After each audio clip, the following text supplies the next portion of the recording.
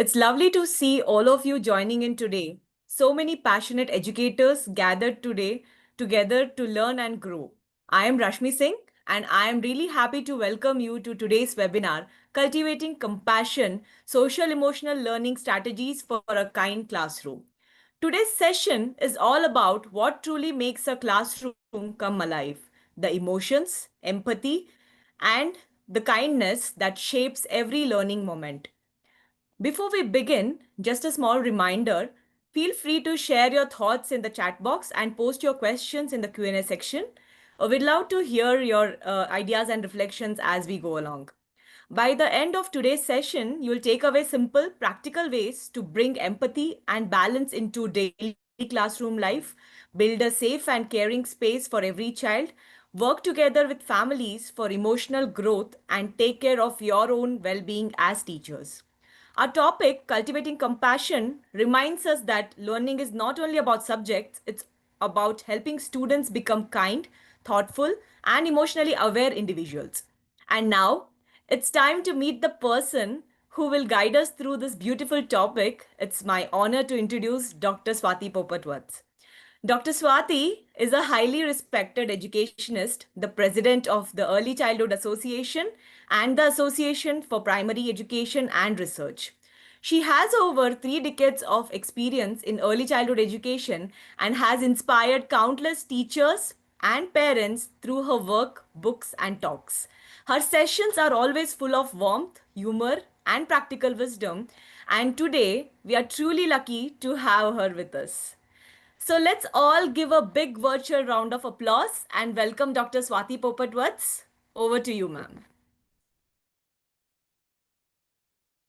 So, ma'am, you're on mute. Yeah. Thank you so much. It's always such a pleasure to be part of the Burlington fourth Saturday 4 p.m. sessions. I mean, you all draw out the best educators. I think it's still Deepavali holidays in most schools, and you still have dedicated educators who are joining in today. And that says about the passion of our educators in this country and Burlington and its commitment to education and educators. So, thank you, Rashmi. I know you're going to be helping me today with my slides. And namaskar to everybody who has joined us. I'm very happy with this topic that we are going to be talking about today because recently there were two incidents that happened on social media. One, everybody must be knowing about the child on KBC who was trolled for being rude to the host. And the second incident was about a woman who sat cross legged in a restaurant. I think it was the Taj. And she was reprimanded and pulled up for sitting like that. Many people thought that what the lady did was absolutely correct, and what the child did was absolutely incorrect. Because the way this child was trolled incessantly on social media, it was heartbreaking. He's a 10-year-old child. And first of all, our compassion. Let's not post this child's photograph or name anymore on social media. I think, as educators, that is one pledge that we can take in this session, which is all about kindness and compassion. Let's not post any child's photograph or name when it comes to anything negative being discussed. Was the child right? Was the child wrong? Were the parents right? Were the parents wrong? I feel it was the channel which was wrong. Because if the child was being rude to the host, they could have stopped the shooting and talked to the child because he's a 10-year-old child. Talked to the child and explained to him the decorum of the show. But they didn't do that. They continued, everybody laughed. This is a 10-year-old brain. That brain thought that what I'm doing is nice because everybody is laughing. The channel got its TRP by making these teasers going out, but it's the child and the family that's suffering. And who's making them suffer? Not the channel, it's people on social media that's making them suffer. So we are blaming a 10-year-old for breaking a rule, but we are not saying anything to the woman who broke the rule. So it's very, very important to understand that in a world of today, especially of social media, we need kindness and we need compassion. Sadly, they are just remaining as two words that we use very often, but we don't understand and we don't teach them to our children. Because kindness and compassion cannot be learnt in a lesson. Kindness and compassion have to be experienced, have to be seen, have to be imitated. So, my humble request to all of y'all, please don't take this child's name, don't put his photograph, and correct others when they are trying to do that. And let's be a little more compassionate when it comes to social media, whether it's a 10-year-old child or whether it's a woman or a man, let's be more compassionate. So let's go on to the next slide now. And let's understand what we have in store today when it comes to social emotional learning strategies. Let's see the next slide. So, what I have done today is I have divided my entire workshop into an A to Z. I know a lot of people who know me know that I'm very fond of the A to Z format because it gives you quick 26 takeaways, 26 letters of the alphabet. Immediately, it gives you rememberable 26 takeaways. So, when it comes to socio emotional learning, let's talk about the first and the most important thing is amygdala. Now, the amygdala is a small part in your brain, and it is basically the security center of your brain. So, if your brain perceives any kind of fear or anything, it becomes overcharged. It becomes very active, and it becomes very it takes the wrong decisions. It says the wrong things. It can happen to you under excitement, under fear, under surprise. It can happen to you in many situations. So it's very, very important to understand that in 3 to 6 year olds, when the amygdala goes ding, they don't know how to revert. They don't know how to respond. They will either respond by fear, by freezing, or by flight, which means they'll just want to run away from the situation. In 7 to 12-year children, it starts noticing danger and it makes them experience emotions like anger or excitement. They are becoming a little aware now when their amygdala goes ding ding, but they are still not able to control their reflex to that fear. So it's very important when we understand children's socio emotional learning, understand about the amygdala, and it will tell you a lot about why children behave like that when they are and it's not only about fear. Have you noticed when somebody surprises you? Okay, somebody, you are watching something and somebody comes and puts their hand on your shoulder and it startles you. Sometimes you do negative things in when you are startled, because you're so irritated that somebody startled you. You may turn around and slap the person, or you may say a bad word. So this is what the amygdala makes us do, that when we are caught unaware, when something surprises us or startles us or makes us fearful, the brain has a very typical reaction. So it's important for us as educators to understand the amygdala. Let's go to B. What does the letter B stand for in socio emotional learning?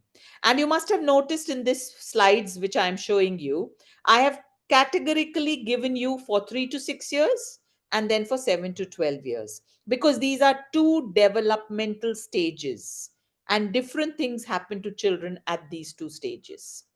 Very important for us to understand brain chemicals, and it's these chemicals in our brain that make us feel happy, sleepy, calm, etc. So if children don't have the right food, children don't have the right amount of sleep, these brain chemicals may get completely, up and down. So it's very important that when children have behavioral issues, socio emotional issues, we also consider these aspects. Mood, energy, uh, get better with exercising. So the more you exercise, or you more you use transitions in the classroom, children were sitting for a very long time and you notice that they are having some issues, they are feeling bored, they are feeling cranky. The minute you make them stand up and do something, or the minute you make their hands and feet move around, you will notice a sudden change in their mood, a sudden change in their emotions. Let's go to the next slide. Let's see what letter C is there for us. When we talk about socio emotional learning, calm corner, it's very important that there should be a calm corner in every classroom, in every home, somewhere where I can go and feel calm. This is the opposite of, if you notice, in many schools, many years back, we used to have a punishment corner. That if the child has misbehaved, we tell them, go and stand in a corner. That was a punishment corner. Now you need a calm corner, that I am feeling agitated. I am feeling very, very violent. Where do I go to feel calm? So it's very important if from early childhood, if children know that there is something called a calm corner in the classroom that I can use, where I can go either alone or with my teacher or with my buddy and maybe breathe or play with a toy till I have calmed down. This concept is very important for our classrooms, because when we talk about kindness and compassion, let's think about, when would you like to be, when are you able to be kind to somebody? When you yourself are in a happy mood, when you yourself are calm. So, and that's why these strategies, these 26 strategies, are very important, because when you are calm, when you are happy, you understand kindness, you understand compassion. Because if you are not able to deal with your own emotions, how will you be kind and compassionate to others? So, we are expecting children to be kind and compassionate to others at an age when they are not even able to deal with their own emotions, or at an age when we've not taught them what to do with their own emotions. So, in the airplane, they tell you put the oxygen mask first on yourself and then on others. It's the same with being kind and compassionate. You first need to be kind and compassionate to yourself. You need to understand yourself before you can do it for others. Let's see letter D. What does the letter D have in store for us? Dance. Dancing is one of the best ways to revive our emotions.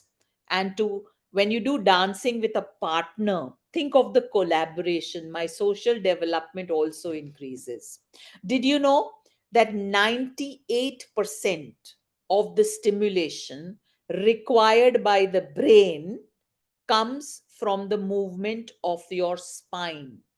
So the more you move your spine, the more your brain is active. And that's why children fidget when they are learning. They are not able to sit straight. That's a very stupid concept that needs to be thrown out of our classroom. So it's very, very important that we accept that 3 to 6 year olds are going to wiggle, they are going to be a little wiggly while they are sitting. For 7 to 12 year olds, very important that you put in a transition in which they are able to move their spine. Because when you do that, it's going to help them both emotionally and socially. Let's see the letter E. What does the letter E have in store with us? Very important, as I was talking to you.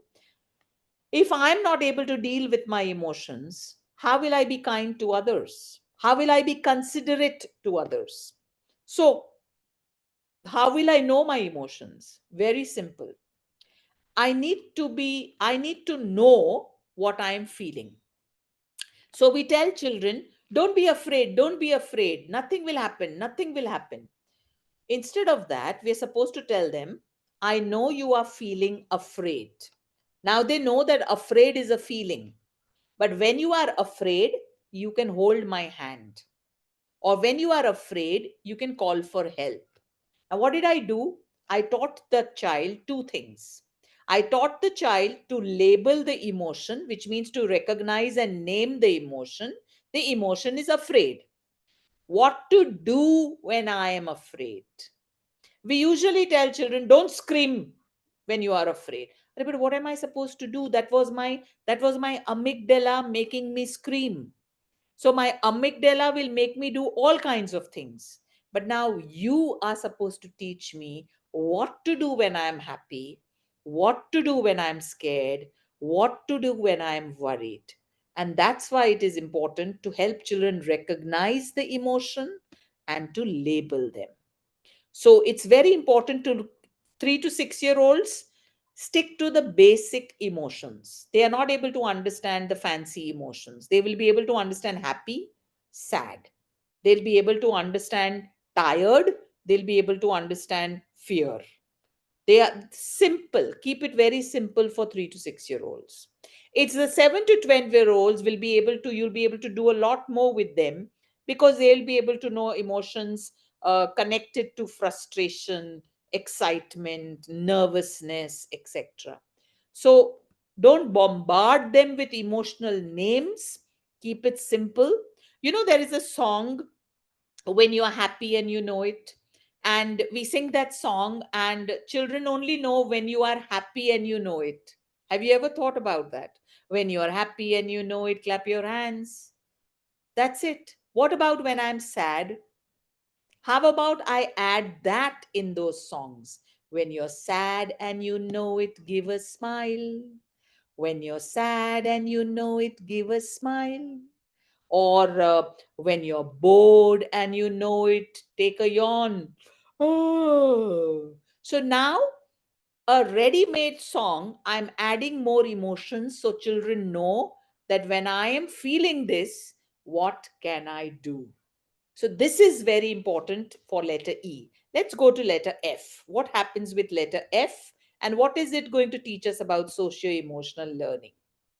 How about doing an emotional check, like a feelings check instead of attendance? We do attendance, but how about knowing what the child is feeling when they come to school? So let's check. Are you happy? Are you sleepy? And then you can make it a part of your attendance. So you have these little pictures which show sleepy, or you have this little picture which says that I'm happy. And you tell the child, whatever you are feeling from this, pick it up, and that's your attendance. Now, a teacher knows at the beginning of the day that what mood are the children in. So, very important, very unique thing that you can start in your classrooms is a feelings check.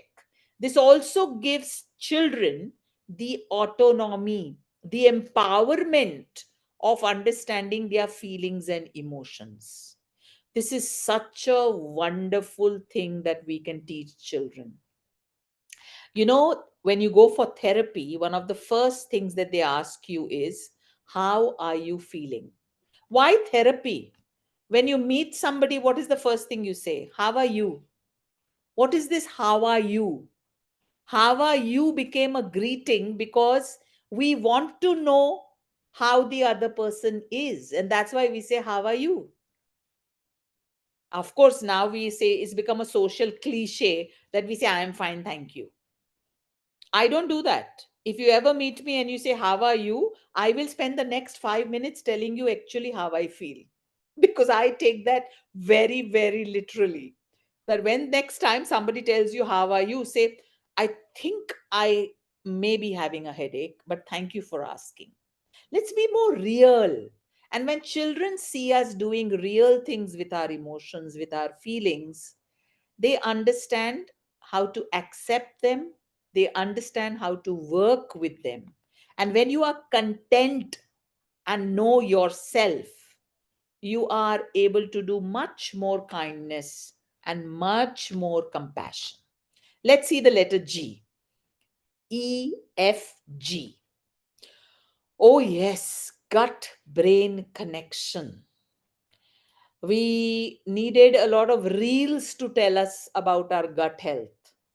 But this is something that I've been screaming about since the last 25 years. And that's why at Podar, I have introduced a snack timetable.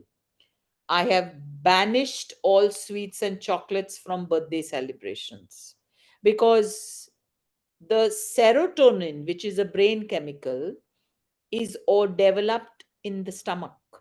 So that's why it's called a gut brain connection. And it is sometimes, why do we say, I have a gut feeling? Have you noticed? We say, I have a gut feeling about this. I don't like this person. I don't know. It's just a gut feeling. Because we have a second brain in our gut. And why is it called the second brain? Because serotonin, a very important brain chemical, is developed in your stomach. And that's why two things about the gut brain connection: teach children to listen to their gut. So, when you are nervous about going on the stage, what happens? You start getting a little butterflies in your stomach, don't you?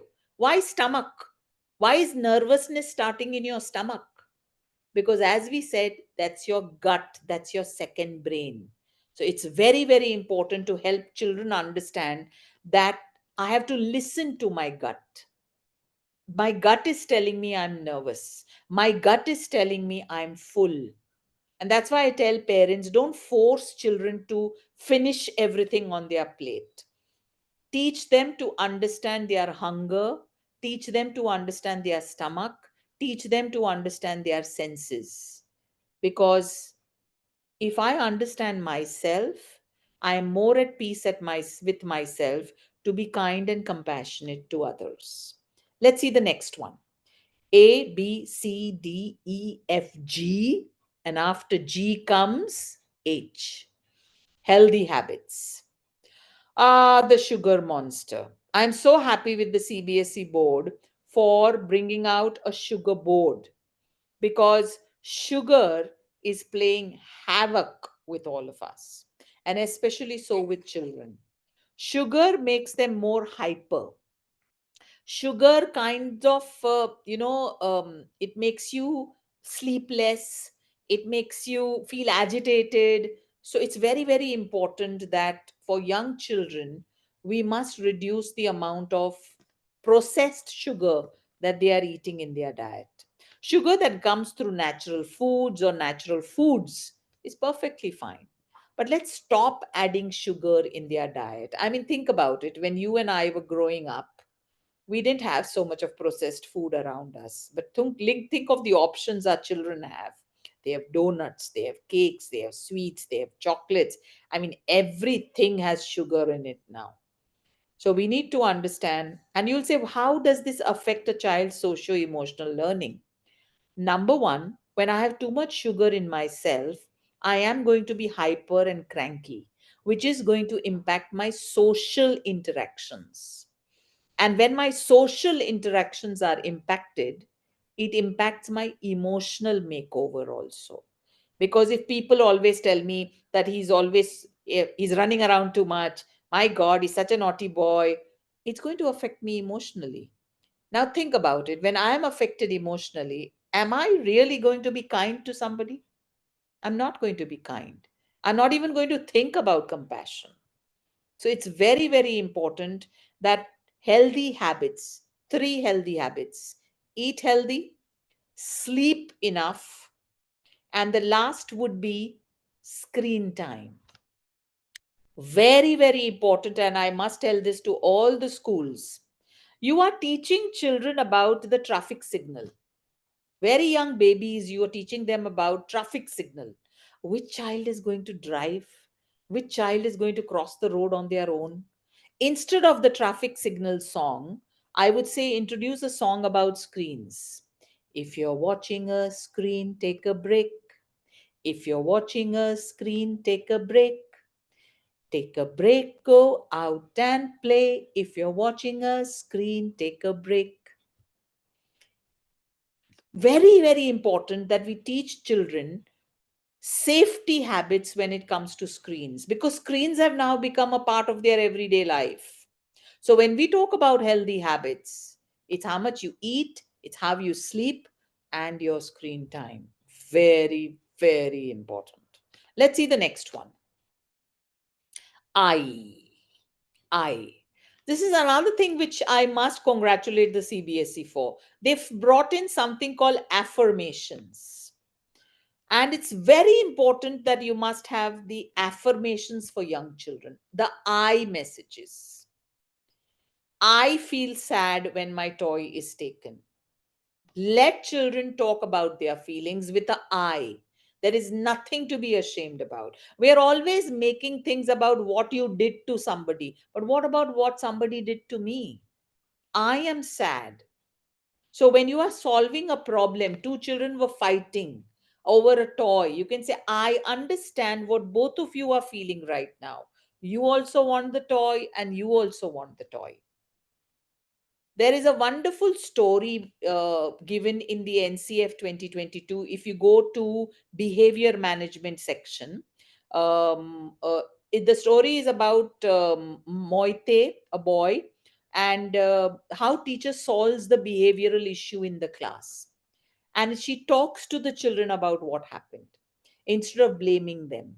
So when there is a behavioral issue and you talk to children about it and you find out the facts, it somewhere strengthens them both emotionally and socially.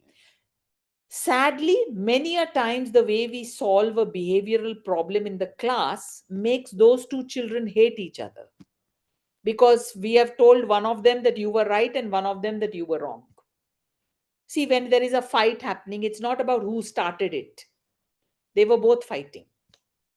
See, you can't say that because he slapped me, I slapped him back. So it's very, very important for us to understand, give children the I messages. Let them know what is happening to them. I am sad because you took my toy away. I feel upset when nobody hears me or when nobody listens to me. It's important to have a circle time in the classroom, whatever age you are teaching, and tell them that today I'm very interested in hearing your feelings and I want you to talk about I. So, what is it that upsets you? So, sit in a circle, start with the staff room, I would say. Sit with all your team and say, what upsets you? Let's talk about it. And then each one talks about it, not as a you did this to me, but more as a I, that I get upset when people don't listen to me. Instead of saying, it upsets me when you all don't listen to me. That's a blame game. So, if teachers practice it, they will be able to teach it to the children. So, this kind of language is more of a solution based language, and the other language is more of an accusation based language. We need to teach children to move away from accusation based language to solution based language. Let's see the next one. Just right challenges. Let children do things on their own.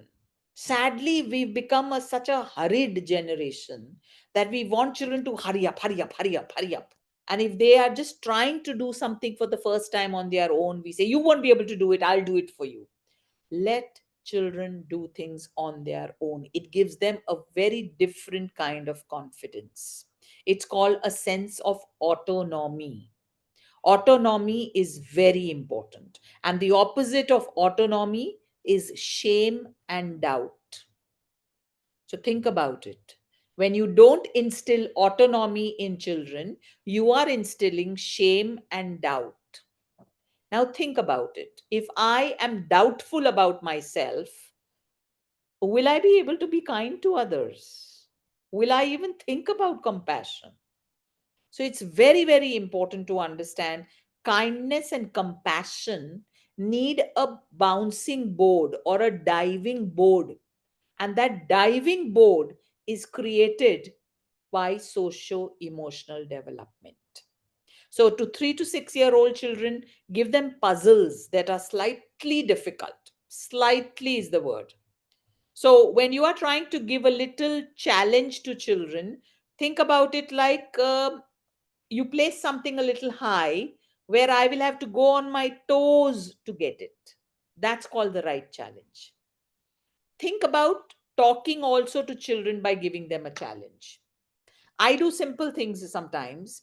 I put things high up somewhere on a shelf and then I ask children, I'm not able to reach that. What should I do? And then they come out with solutions. They look around and they say, take that chair and step on it. And then I say, okay, what if the chair breaks? What will I do? I will hold you. So they will think about the solutions. It's all about giving them the right challenge. Very good for them because it gives them the sense of autonomy. Let's see the next one. K. Let's go to K. Keep talking. We as Indians kind of shut up when we are emotional or we talk too much. We don't have that balance. And children go quiet when they are emotional, when they are miserable, when they are sad. They never talk. They suddenly go completely quiet. They start bedwetting.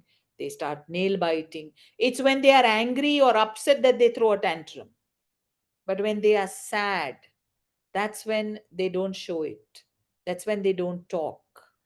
And that's where we need to explain to children that when you are feeling sad, when you are feeling worried, when you are feeling any emotion, come to an adult. They must know who to go to when they are feeling something like that. Teach them about not putting things in a bottle. And you can do this through a game. You can do this through a game where young children are told that you can draw how you feel when you are sad. And then they draw it and then you fold it and you put it in a bottle. And for older children, they can write it in a sentence. You fold it and you can put it in a bottle. And then you can say, now we are going to take out all our sad emotions from this bottle because it's not good to bottle up your emotions.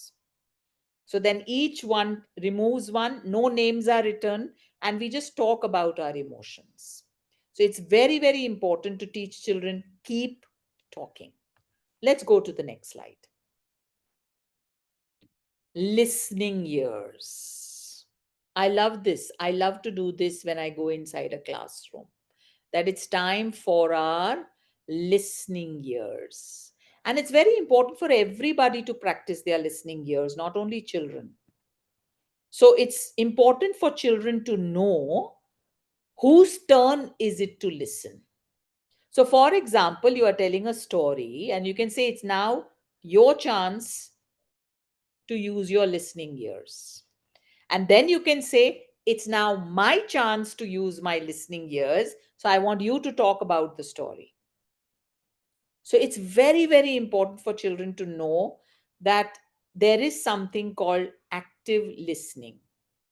Teach it to them when they are 3 to 6 years. And then by 7 to 12 years, they should understand that when you are listening, it means you are not interrupting.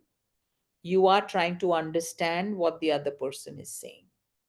So it's very, very important to play listening games with children so that they understand what, why, and why not. For doing this, it's important for teachers to understand how to talk. We want to make children into good listeners. For doing that, they need to know, they need to hear things in a proper way. For example, a 1 year old child is able to follow one step instruction, which means a 1 year old child, you can say, come or go or sit. It's a one step instruction. For 2 year old children, you're supposed to speak two steps together. So you're supposed to say, come and sit here in the same sentence. For a 3 year old child, it's three-step instructions. Take that ball, come here and sit down. Now, this is where we make a mistake.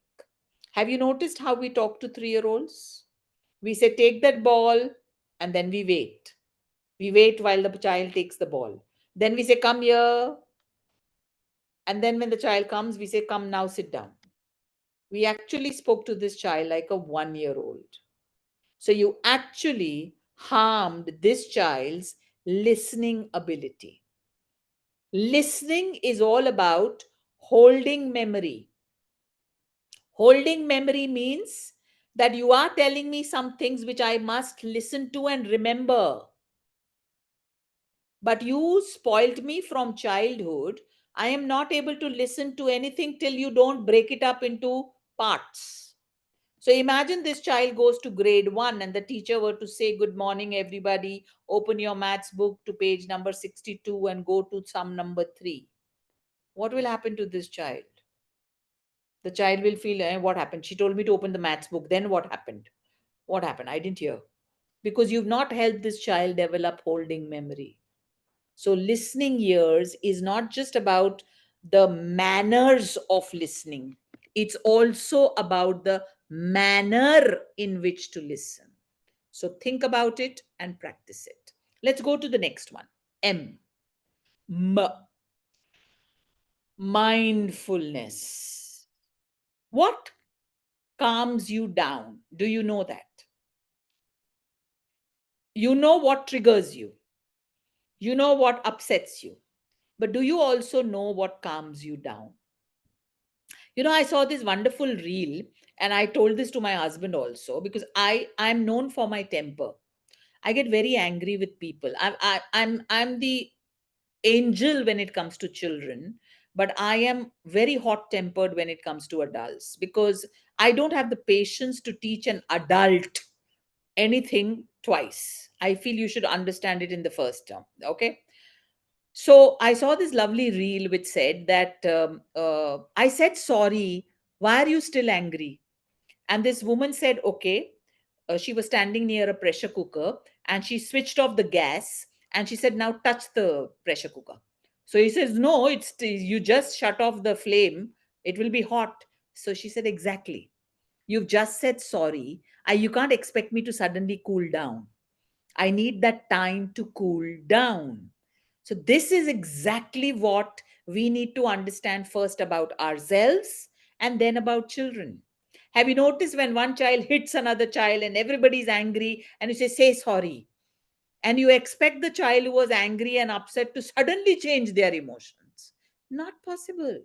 Think of this example of the pressure cooker next time. We all need our cooling off period. So you should know as a teacher what's your cooling off period and how much time does that take.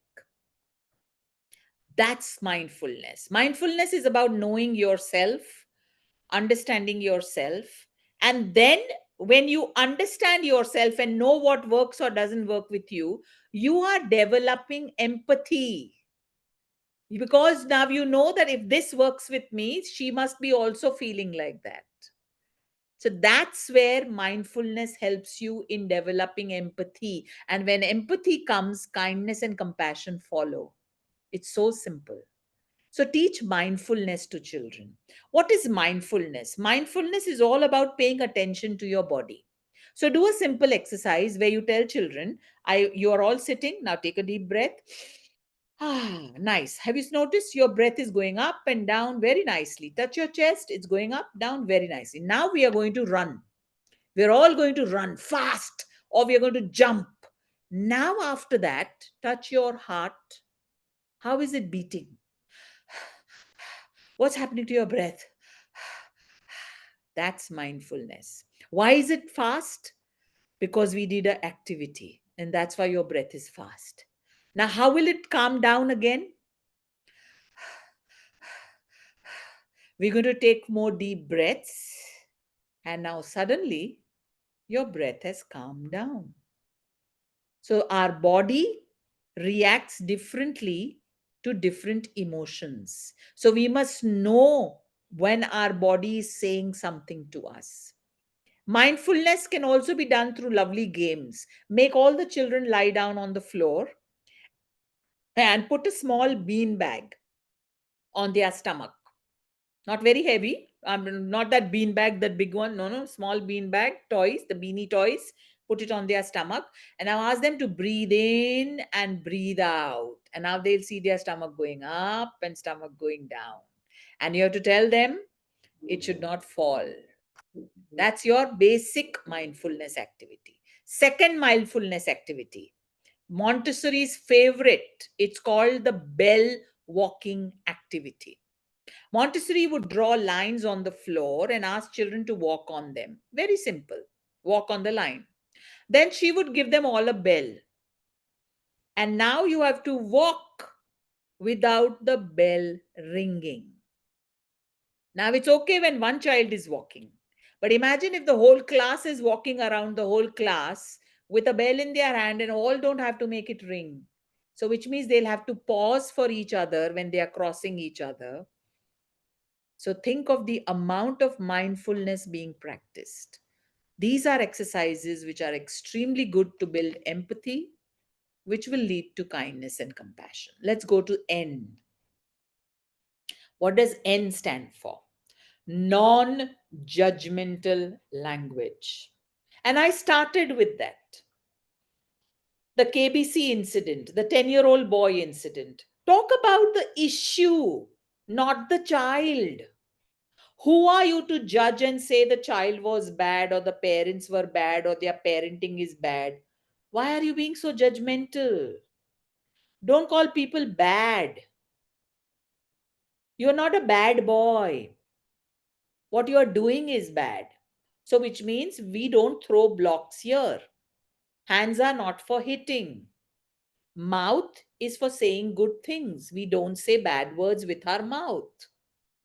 Non judgmental language.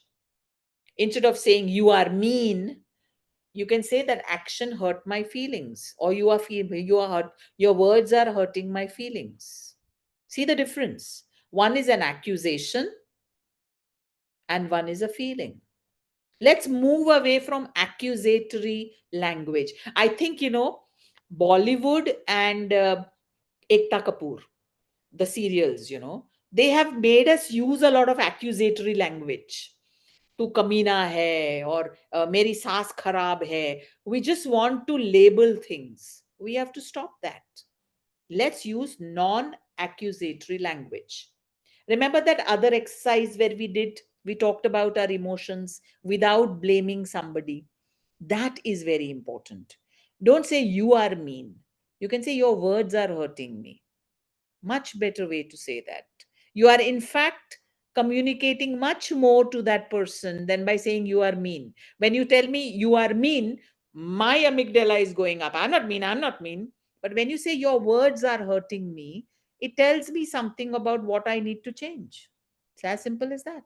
Let's go to the next one. O. O. What does O stands for? Opportunities for reflection. I love that term reflection.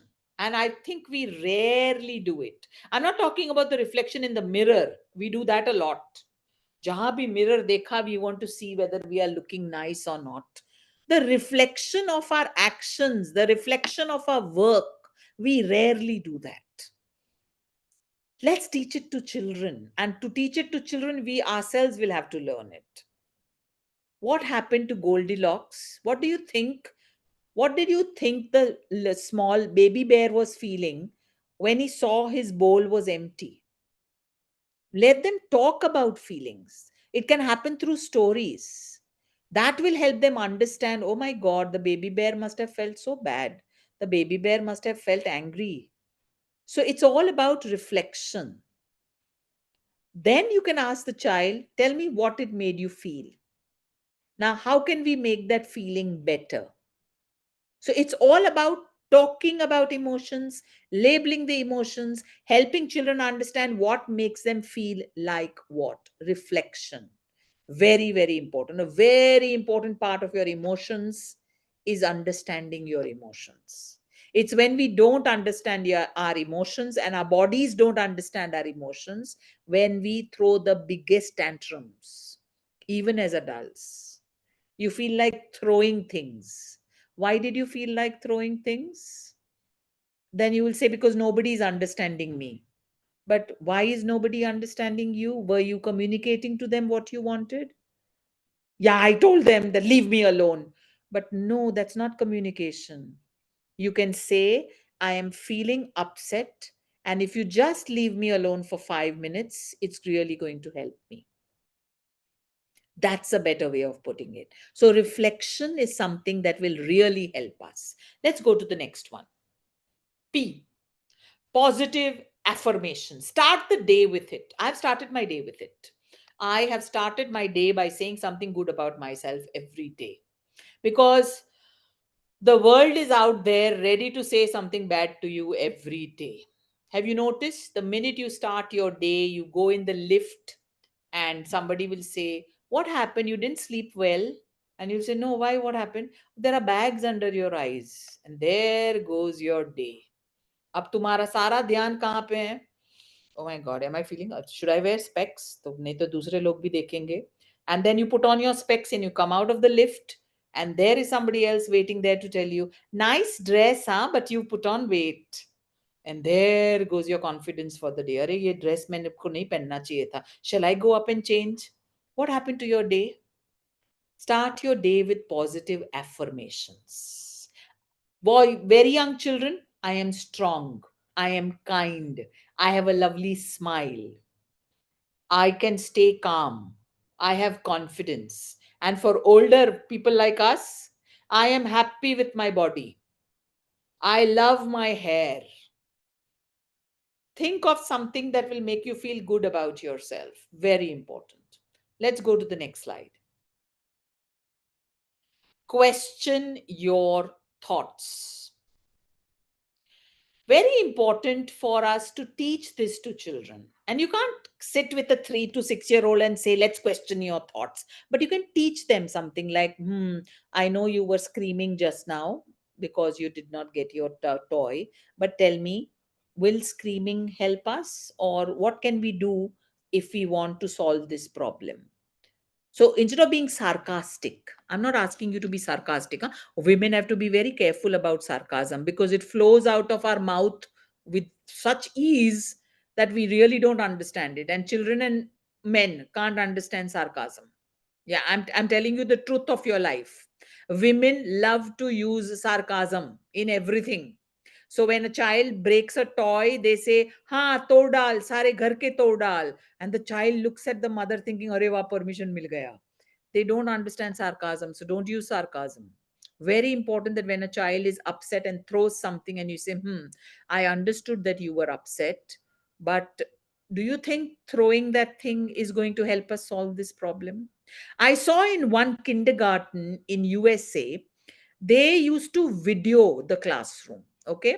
And it wasn't sent as live streaming to parents. That's something, again, very dangerous.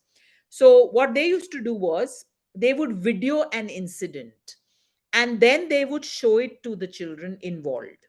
So समझो दो बच्चों के बीच में झगड़ा हुआ while the teacher was sorting it out and all that.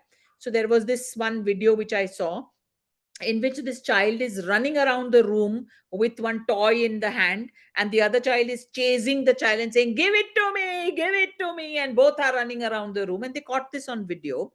Then they called both the children and they showed them the video. And they said, "Now tell me about it. What do you see in the video?" And after seeing the video, both the children, one was 4, one was 5 year old, they both felt, that they have done something wrong because now they were able to see themselves. So it is very important for us to question our thoughts, question our ideas, and it can be done in simple ways right from early childhood. What would have been a better way to handle the situation? Let's think about it. That's the way we need to bring up our children. That will solve a lot of our social emotional issues in the classroom. And that will definitely lay the foundation: kindness and compassion. Let's go to the next slide. Yes, we've spoken right from A to R about emotions. Regulation of emotion is very important. What techniques am I teaching children to regulate their emotions? So it's very important to teach them breathing exercises when they are angry. For example, I'm angry. Many people say count up to 10. I say visually, children need to see it. So ask them to hold their fingers and tell them, "Go up a finger, breathe in. Go down a finger, breathe out. Go up a finger, breathe in. Go down a finger, breathe out till your anger goes away." Very important. Uh, some schools make children write in a journal what they felt and how they could have handled it, teaching them calming strategies. I have three powerful strategies that I teach children. One is called calm down power, one is called hands down power, and the third is called walk away power. Which means calm down power means somebody is trying to upset you, or you know you're going to get upset, so you calm down by breathing. That's called your calm down power. Hands down power. I am feeling like hitting somebody, so I will take my hand and I'll put it down. That's called my hands down power. And walk away power is very important when you are being bullied. Walk away from the bully. So, in a form of a poster, in a chart, in a game, when you teach these things to young children, they learn and imbibe it and grow up with better socio emotional abilities. Let's go to the next one. S, safe spaces. Very important is your classroom a safe space? Are you a safe person? Most important. And if your answer is yes to both these questions, superb. If your answer is no to any of these questions, work on it. It's as simple as that. Let's go to the next slide. Tummy breathing. If you are going to be a little truthful right now, when I ask you, where are you breathing from right now? Notice your breath. Where are you breathing from right now? Most of the time, we are breathing from our nose. Sometimes we are breathing from our throat. Sometimes we are breathing from our chest. Very few times we are breathing from our tummy. And that's why they say take a deep breath. Because what we are breathing is not actually reaching our lungs correctly. Because our breathing is so much, हम लोग इतने जल्दी में होते हैं, हमारा breathing भी जल्दी हो गया है. Take a deep breath. Now, did you notice it reached the lungs? ऊपरी ऊपरी सांस ले रहे हैं हम. That's why there should be many activities throughout the day in a child's life where we make them breathe with their tummy. And see these two exercises on the slide in front of you for 3 to 6-year-olds and for 7 to 12-year-olds. Give them a lot of exercises in which they have to blow also. Very nice. Teach them a funny game called Foo Ha. Foo. I take your palm in front of your face and blow with your mouth like this. Foo. And then do ha. And you will notice that the foo is colder and the ha is hotter. But what did you do in this game? You actually took a deep breath. So you must have in your day some tummy breathing. Let's go to the next slide. Understanding differences. Most of our socio emotional problems, most of our issues of not being kind to somebody or not being compassionate to somebody happens when we don't accept differences. Somebody walks differently. Somebody is a different size, we have a problem. Somebody is a different color, we have a problem. Somebody's hair is different, we have a problem. We have to learn to be understanding and accepting of differences. This is something that we'll have to teach children from early childhood. Otherwise, they'll grow up to be worse than the trollers right now who are trolling that 10-year-old child. Let's go to the next one. Next, please. Voice your needs. We don't allow children to voice their needs. हम उनको force कर करके खाना खिलाते हैं, force करके कपड़े पहनाएंगे. We just don't listen to their needs. They must have the power, the courage to say, I don't like this. हम बच्चों को ये भी बोलते हैं कि उस आंटी को जाके किसी दे दो. अरे, but I don't want to. It's my body. I'll do what I want with my body. So we are slowly, as a generation, coming close to understanding that children also have certain rights. We talk about child rights, but we don't practice them in every day. So let children voice their needs.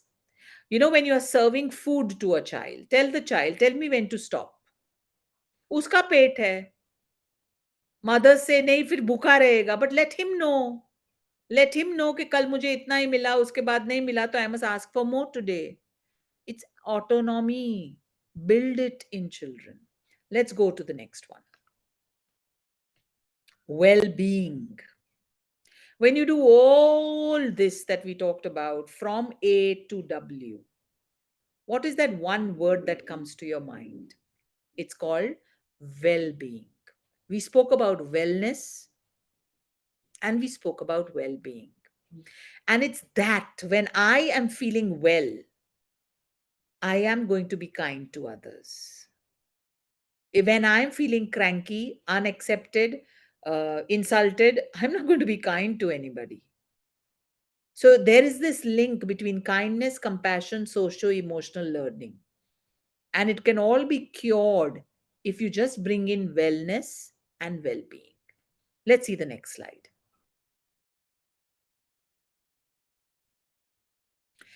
Extra support and the X factor. There will be some children who will need extra support from us. And there will be children who must be so gifted that we need to ensure that they feel good about what they are gifted for. As a society, we are more for special needs children, but we are not as much for gifted children. We almost make gifted children feel embarrassed about themselves. You're never taught as a teacher to identify the gifted children in your class. Have you ever heard about this? There is something in the world called gifted and talentedness. Now, I'm not talking about, like I just heard today, one school in Mumbai only allows the high scoring children to participate in their annual program. Oh, now that is a bias. That's not called recognizing talent. That's a bias. Gifted and talentedness means there is something in which this child, who's a 7-year-old, is actually doing things meant for a 10-year-old or a 12-year-old. That is giftedness. So there will be children in your classroom who will need that little extra support, and there will be children who might be gifted. Are you doing a balancing between both of them? Very important. Let's see the next slide.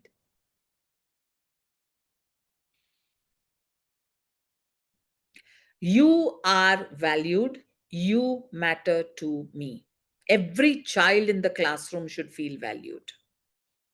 I was never felt valued when I was in school. I hated school because of that reason. Because we grew up in a school where 5 children were the favorite of all the teachers and the rest were just ignored. I'm sure many of you will also must have faced the same thing. But when I went to college, I saw a completely different atmosphere.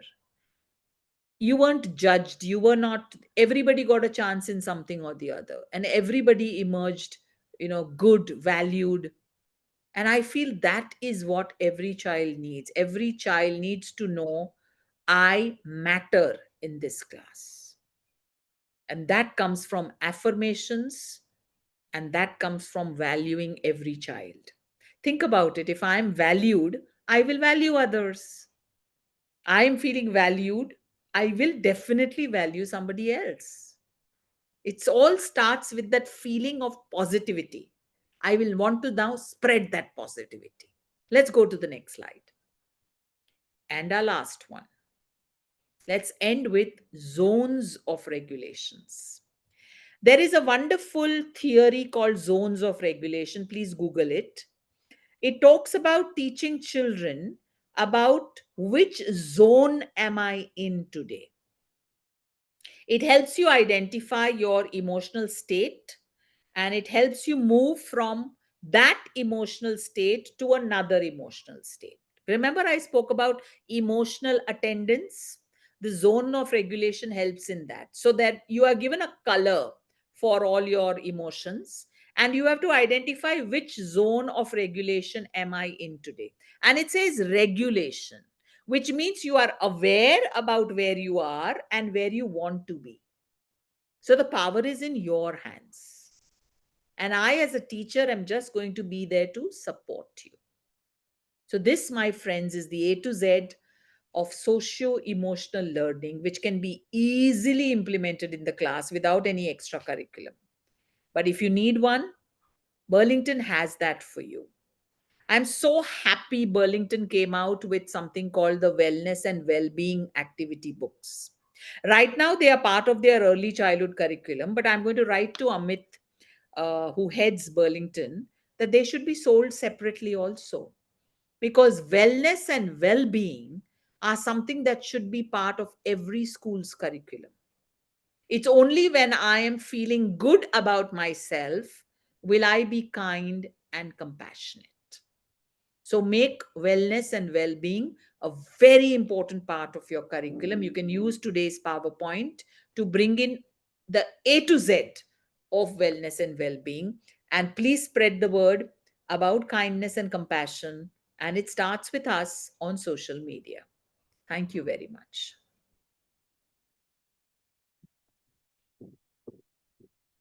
So teachers, requesting y'all, if you have any queries, please drop it in the Q&A section. We will just take 2 minutes. So otherwise, there are so many messages on chat, ma'am, saying wonderful session. Yes. So teachers, if you have any queries, please drop it in the Q&A section.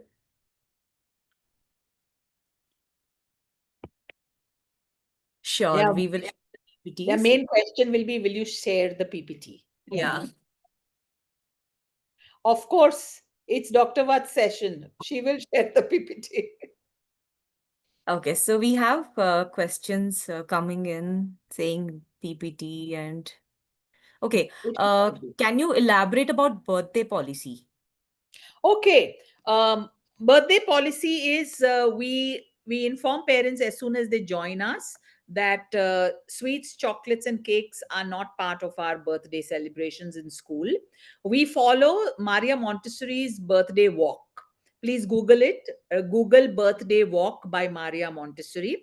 So in that there is a sun which is placed in the center, cut out of a sun, and the child holds the earth, a globe, and walks around the sun, because it teaches them that when you complete one orbit of the sun, that means 1 year is completed. So there is a small song that goes along that I completed 1 year around the sun, and now I am 1 year old. And we invite the parents in the school, and they come with the child's photograph. So say for example it's a 4 year old child's birthday, the parent comes with a photograph of when the child was 1 year old, 2 year old, 3 year old, 4 year old. And as the child moves around and says, I'm 1 year old, they show the child's 1 year photograph.